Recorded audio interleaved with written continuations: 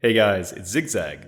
Recently, I went out with the intention of trying to set the record finally straight on wallbangs. I've been doing thousands of tests with different weapons, angles, walls, and man, there is a lot of weird stuff going on here. I know there's been a lot of myths and misconceptions floating around about this, so I thought I'd finally try and, set the record straight publicly on exactly how this mechanic works. Let's dive in. Let's start off with the basics. As you may know, if a bullet hole appears when you fire, that means a bullet continued through the wall to the other side. An orange spark in a small crater means it did not. Any gun can pierce any surface with the right circumstance, though different materials are going to be easier to wallbang than others. Here come the lesser known details. Different bullet penetration levels on weapons affect the damage reduction of its bullets when they go through a wall.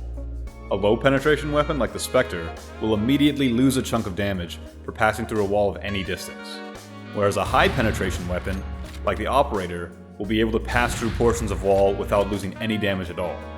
Medium penetrations fall between this, where there is a scaling that happens immediately, however, the damage can go almost up to 100% in just the right angle.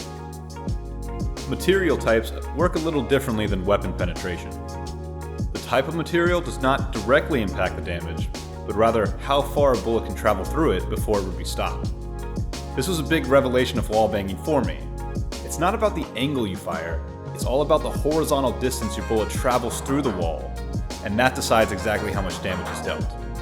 The different materials just have different lengths of wall that they can be traveled through, so the damage is decided based on the proportion of the maximum distance you went.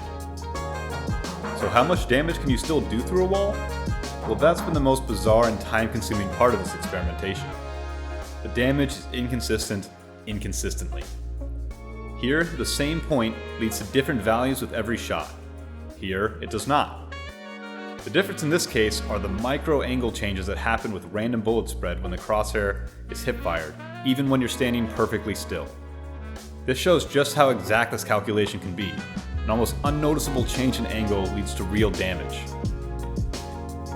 While Valorant has not released exact numbers, I've taken my results and come to an approximation of what I believe the damage curves look like. You can see the different starting points of the different penetration levels and the scaling they experience as the distance increases. This charts our percentage damage from 0 to 100. Now you may have noticed this strange tail end on the graph. Let's talk about it.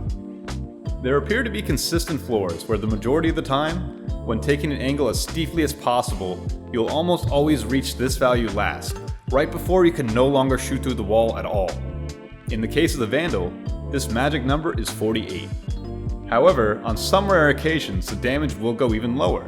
Here, I got a 41 damage headshot with the Vandal, and here, I hit a lowly 9 damage headshot with the Spectre. And this is 2 damage being dealt with 3 bullets. And yes, this is a real thing. Here's me killing a 100 health opponent with 108 bullets, through an elaborate setup and 12 minutes of holding down that left leg. Getting back to our magic numbers. This value is 0.3 times, or 30% of the normal damage of the bullet. Despite these magic numbers that are 95% of the time the lowest damage you can get, there are these exceptions.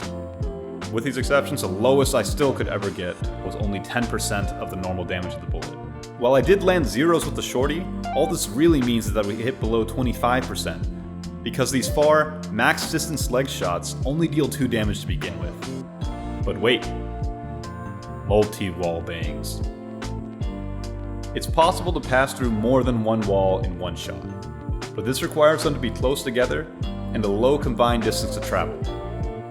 The way it determines if it'll penetrate the second wall is whether or not it would still keep its minimum damage after passing through both, with the air between them being counted as part of this one solid connected wall.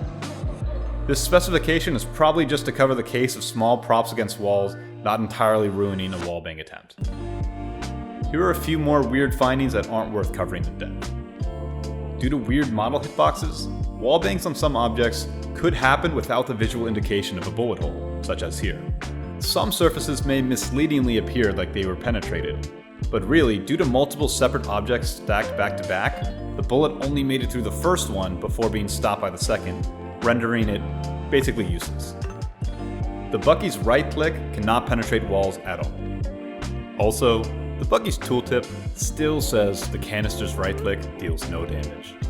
Riot, please fix.